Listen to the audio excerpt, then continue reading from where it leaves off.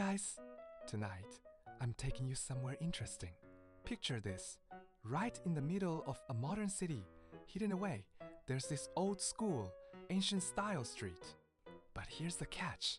The main buildings aren't actually historical. They were rebuilt in modern times. So here's the question. Why does it exist? Just to make money? But weirdly, tons of people come here. So what's the attraction? Feels a little contradictory, doesn't it? Come on, let's go check it out. We're here. This is the outer wall of the old street. And this is the main entrance, classic Chinese architecture, even though it was rebuilt in modern times. Gotta admit, it still looks pretty beautiful. As soon as I stepped inside, I realized this old street actually has a lot of character. Look, on both sides, wooden buildings with that classic Chinese charm and warm yellow lanterns hanging under the eaves. That soft golden glow makes the whole street feel so gentle. Shadows from the trees, the lantern light, the pillars, and even this entire relief wall carved with stories of figures. All of it comes together, almost like the street has its own story to tell. And I also spotted this super cheerful panda statue. It feels like it's waving at us enthusiastically.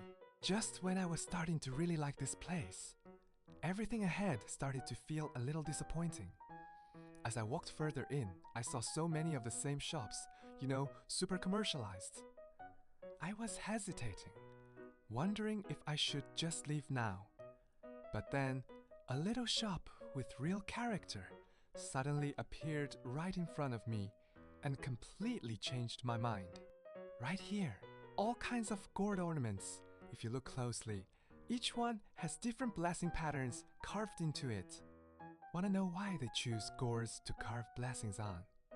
Because in Chinese, the word for gourd, hulu, sounds almost exactly the same as fulu, which means good fortune and wealth.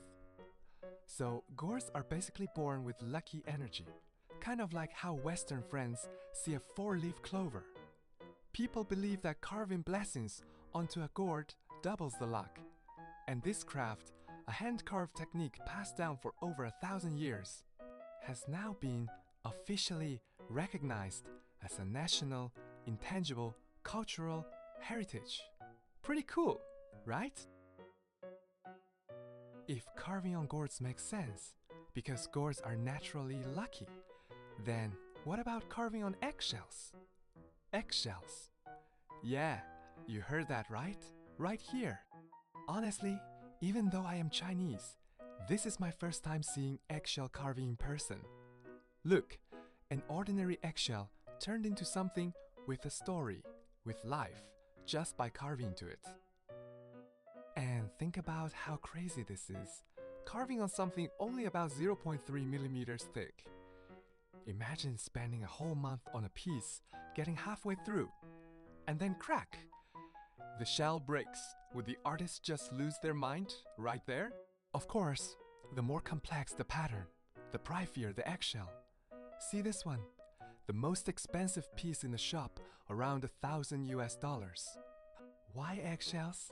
Because in Chinese culture, eggs symbolize new life and completeness. So carving on them, it's like blessing the story with a fresh start.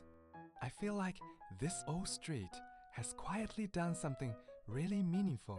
It seems to have found a home for traditional crafts that might otherwise fade away as cities modernize. If I hadn't come here, I would have never known about things like gourd carving or eggshell art. And this street isn't just about traditional crafts. It is also about those traditional artists who've been holding on for decades, even when their crafts are on the edge of disappearing. Just listen, that is one of them, a musician.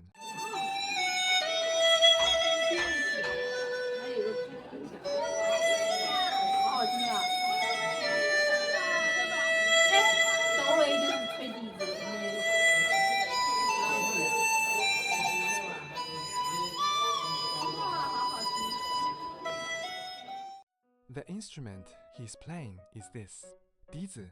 the Chinese bamboo flute. You hold it sideways to play. When you hear it sound, it feels like a gentle breeze and little birds in a forest at dawn. And this one over here is called the xiao, also made of bamboo, but you play it vertically. Its sound feels more like a soft breeze drifting through a bamboo grove under moonlight. There is this cup-shaped instrument, the shun. It is made of clay, so its sound feels very earthy, almost like the ground itself is breathing.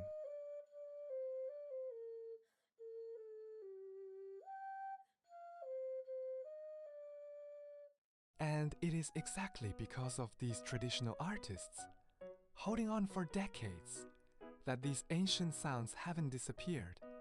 So when we happen to hear them one day, we can't help but stop for a second and think, wow, it is really amazing. And of course, on this street, there are not only traditional musicians, but also traditional artists who've stuck with painting for decades. But the way this guy paints, it is a little special. Look, unlike the painting, we usually know he is not painting on paper, nor is he using a brush on the outside surface. Instead, he is using a thin metal rod to paint inside a smooth, curved glass bottle. The shop owner told me he's been doing this for 30 years. And here is the crazy part. To get the full picture inside the bottle, he has to paint it in reverse. Over here are some of his finished works. These are painted inside round glass bottles, and these inside square glass bottles. Honestly, compared to the round ones, the square bottles feel more high-end visually. The master said, the more complex the design, the more expensive the piece. These simpler ones over here, only about $10. But honestly, just thinking about it gives me a headache. Painting inside a narrow, slippery glass bottle. Even if I practice for 40 years, I doubt I could pull it off. Maybe art like this really does require a certain kind of talent. You know what? This whole street isn't just a playground for tourists. It's also a home for these traditional artists. Maybe without this street, hardly anyone would ever get to see these crafts.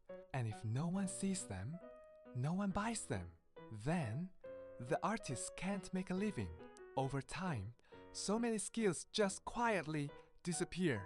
But this place isn't just a home for the artists. It's also a shelter for childhood toys. Ever wonder what Chinese kids used to play with before phones and tablets? Come on, let me show you. Right here. Guess what this is? From far away, it kind of looks like paper cutting, doesn't it? Actually, no. It's way more interesting than that. This is called shadow puppetry, 皮影戏, back in ancient China before TVs or projectors. If people wanted to watch movies, this was it. These characters are made from cowhide, but the craftsmanship is insanely complex. Back in the days without machines, just hand carving one single figure took over 3,000 cuts to finish. And here's the magic. What you actually see in a performance isn't the puppet itself, it's the shadow. The performers hide behind a screen, using a few thin sticks to move these little cowhide or donkey hide figures, all while singing along and banging gongs and drums. And just like that, stories come alive between light and shadow. It was the hottest animated light and shadow show of its time. Nowadays, of course, people don't need shadow puppets to watch movies anymore. But shadow puppetry hasn't disappeared. It's been cleverly blended with modern elements, turning into souvenirs or these super lightweight little shadow puppet toys. After trying out shadow puppets that actually move, you might be wondering, is there any childhood toy on this street that lets you just slow down? Well, I actually found one. Look right here. all kinds of clay figurines in different cartoon characters. Every single one of them is handmade by the shop owner. Over here are some unfinished ones, faces not yet painted. If you've got a character you like, the owner will just gently attach a finished face onto the little clay body. The owner can even sculpt a mini you on the spot, based on how you look. Pretty lifelike. Honestly, I feel like this shop owner is basically a living, breathing 3D printer. Back in the days before fancy toys, what did kids play with? They used this special kind of clay to mold little figures, and those little figures became the most precious companions of their childhood. I don't know what my friends from other countries played with as kids. Maybe Pokemon cards, Game Boy, Lego, arcade machines. But here's something we all seem to go through.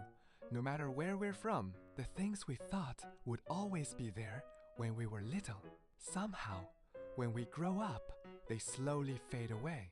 I think those things that grew up with us deserve to be remembered. It could be in a video recording, in an old belonging, or in an old street, like this one. As long as someone still remembers, they never really disappear. On this old street, there are also some specialty shops. You'll probably only find in China. They don't feel super salesy. Nobody pushes you to buy the moment you walk in. Instead, as you step inside, you slowly get drawn in by the decor, the history, even the products you've never seen before.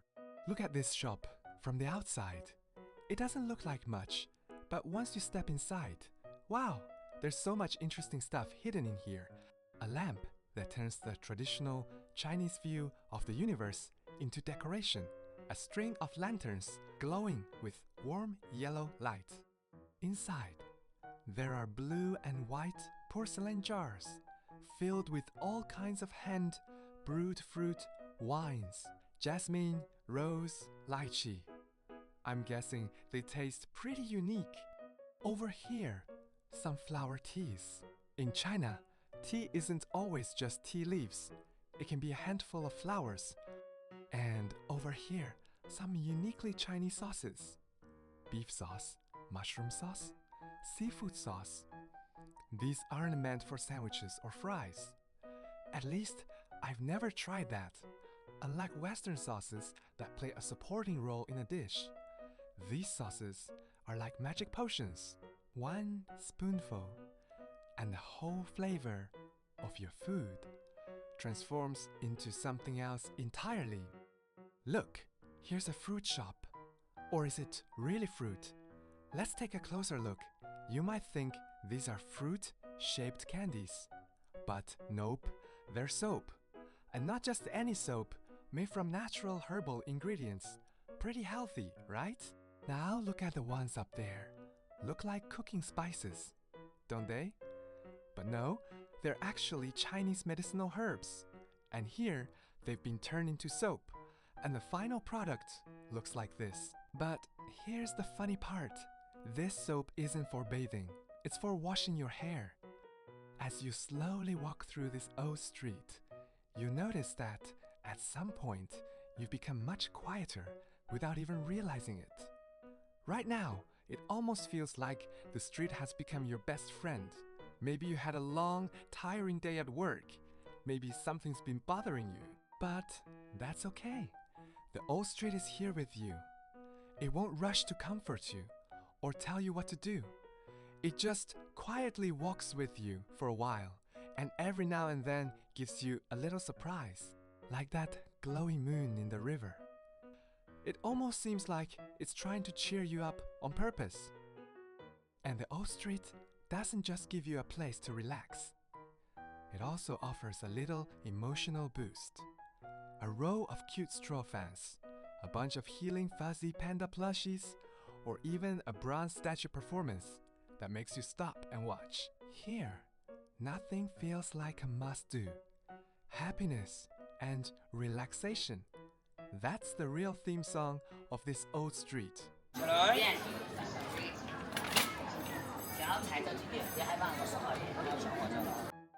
Yeah, this is a man-made old street. Or you could say a fake old street. But honestly, that doesn't stop people from loving it. As human society moves forward, some things inevitably fade away. And those disappearing things, they actually help define who we are and where we come from. So we need a special kind of space to hold them, to hold those ancient crafts, those fun things that grew up with us, and even the anxiety and exhaustion of modern life caused by its fast pace. That space doesn't have to be an old street. It could be the French Quarter in New Orleans or Covent Garden in London. But here, it's this street, and maybe that's enough.